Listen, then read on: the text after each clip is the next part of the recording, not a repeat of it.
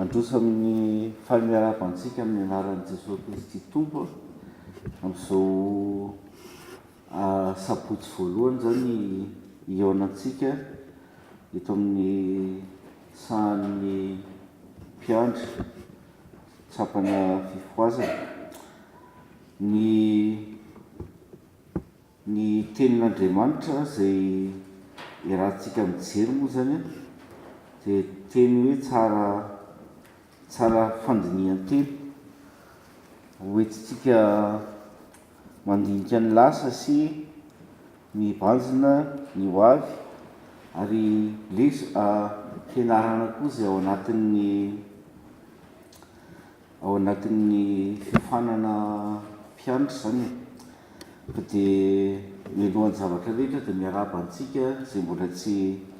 hita zany tratran'ny taona vaovao 2017 dia ny fiadanan'ny tompony eo amintsika rehetra hatramin'izao atao mandrakizay. Ny tenin'Andriamanitra andraisana fampianarana zany dia hitantsika eo amin'ny Genesis 2:20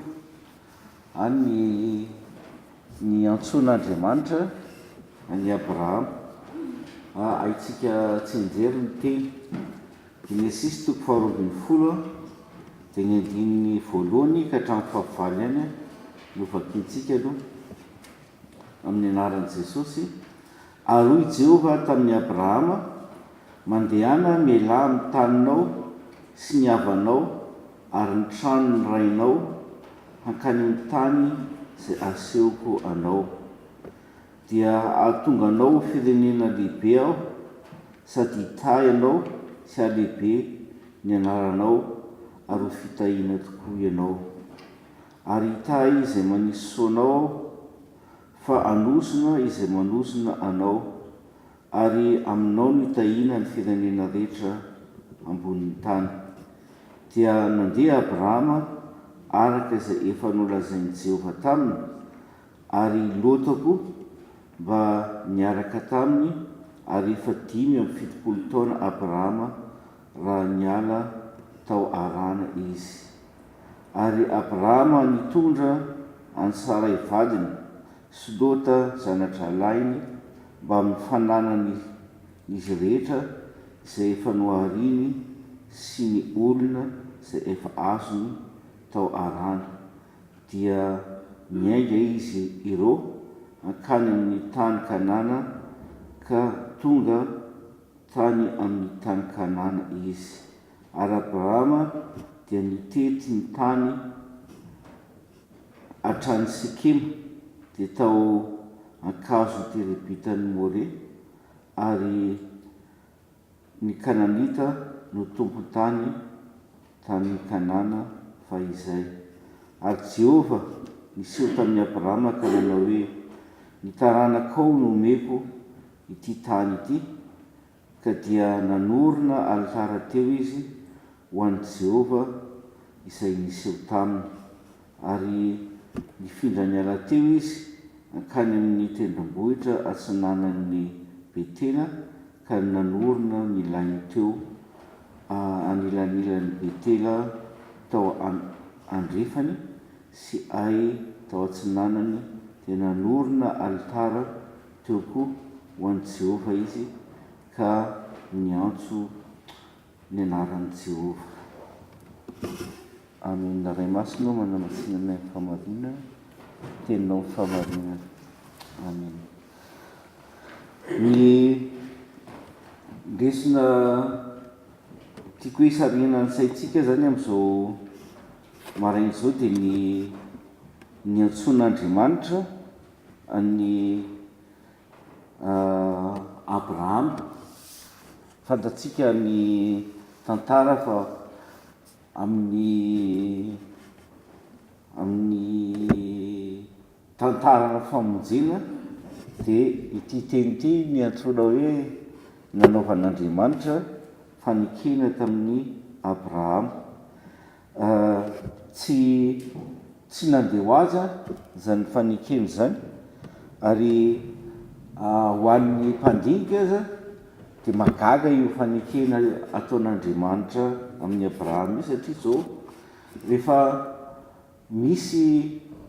fifanekena entre eo amin'ny firenena anankiroa ohatra tamin'izany fotoana izany a dia ny firenena madinika firenena malemy no mangataka hanao fanekena amin'ny firenena matanjaka mba hiarovany firenena matanjaka iny azy mba azahoany manararoatra zay soa mety ho azony amin'ilay firenena matanjaka fa eto zany a Andriamanitra tsy misy zavatra hoe ilay avy amin'ny olombelona na hoe avy amin'ny Abrahama dia izy no tonga manao fanekena amin'ny Abrahama satria araka amin'ny voalaza eto hoe te hitahy ny firenena rehetra Andriamanitra ary dia niantso any Abrahama izy manao hoe ilao ny taninao sy ny rainao sy ny havanao andeha ho any amin'ny tany izay omeko anao fa anao firenena lehibe aho dia ho tonga fitahiana ho an'ny firenena rehetra ianao. Eo zany ny manomboka ny antso ry havana hoe rehefa misy antson'Andriamanitra dia tsy maintsy misy zavatra afoy an'ilay olona antsoina miala tamin'ny fianakaviana rehetra i Abrahama miala amin'ny tranony rainy izy ary mba nanana namana izy tamin'izany fotoana zany dia miala tamin'ireny to dia mandeha any amin'ny tany zay ho asehon'Andriamanitra andeha any amin'ny zavatra izay mbola tsy fantatra na anahoana na anahoana raha tenenina amin'ny fomba fisainana amin'izao fotoana izao dia le zavatra nisy ny sécurité any Abrahama satria le tontolo ny ainany tamin'izay fotoana izay no atao hoe azahoany antoka ny amin'ny ny hoaviny ny tontolo zay nahitany vokatra nahitany fiadanana dia asain'Andriamanitra ialana fa andeha anorina ny fanantenany sy ny hoaviny amin'izay ataon'Andriamanitra na atoron'Andriamanitra zany hoe raha atao fiteny tsotra zany dia reo zavatra sarobidy rehetra teo amin'ny fiainan'ny Abrahama dia nasain'Andriamanitra afoy zay zavatra rehetra hoe nametrahany Abrahama ny fanantenany dia nasain'Andriamanitra afoy fa nandeha any amin'ny fanantenana hafa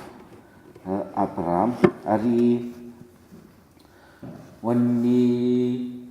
olona mijery sy mandinika dia mety hoe zavatra adalany ty ataony Abrahama ty ho an'izay olona nandalo niady mpanahy hoe ampijanona ny fianarany fa andeha hanao pasteur dia tany hoe mora ny tantaran'izany fa rehefa tonga any amin'ny faculté de théologie miara-miaina any dia samy tantarany hoe nandraisan'ny fanapahan-kevitra dia mampahery izy satria mitovy daholo ny adiny lalovana hoe tsy mora le hoe andeha afoinao ty zavatra zay nametrahanao ny hoavinao misy te anao an'izany ingénieur électronique zany tany amin'ny toerana misy azy, misy ny tea anao dokotera, misy efa nanana antonasy lehibe kanefany antsoin'Andriamanitra le olona hoe afoy zao fandao anao an'izay anirahako anao. Dia io lazain'ny Hébreu ny fanapaha-kevitra Abrahama hoe andeha tokoa anao, andeha amin'izany lalana iantsoin'Andriamanitra zany. Hébreu 1:20, 15 sy 10, 9 ka hatramin'ny 10 zany dia mangataka olona ray amaky an'ilay finoana no nanekiny Abrahama rehefa nantsona hiaingakany amin'izay tany ho azony lova ka dia niainga izy nefa tsy fantany izay alehany. Finoana no nivaniana ny tany amin'ny tany nolazain'ny teny fikasana toy ny an'ny tanin'olona mitoetra anday mba amin'ny Isaka sy Jakoba mpiara-mandova izany teny fikasana izany aminy. Fa nanantena azo ny tanàna misy fanondrenana izy, Andriamanitra no tompo-marika sy mpanao izany. Zay zany ny ngany Abrahama teo dia finoana ary andeha amin'ny fanantenana hafa indray fa le zavatra nametrahany ny fony taloha dia efa tsy izy intsony. Andriamanitra no manome azy lalana hafa. Ary ny teny fikasana zany amin'ny 17, 2:17 dia hoe aminao no tahina ny firenena rehetra ambonin'ny tany, amin'ny taranakao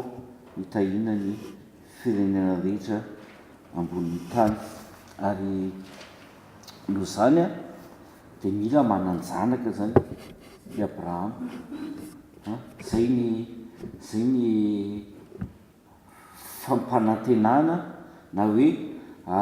ny tanjon'ny fampanantenana zay ataon'Andriamanitra ho an'ny Abrahama, anana zanaka izy ary amin'io zanany io no tahina ny firenena rehetra.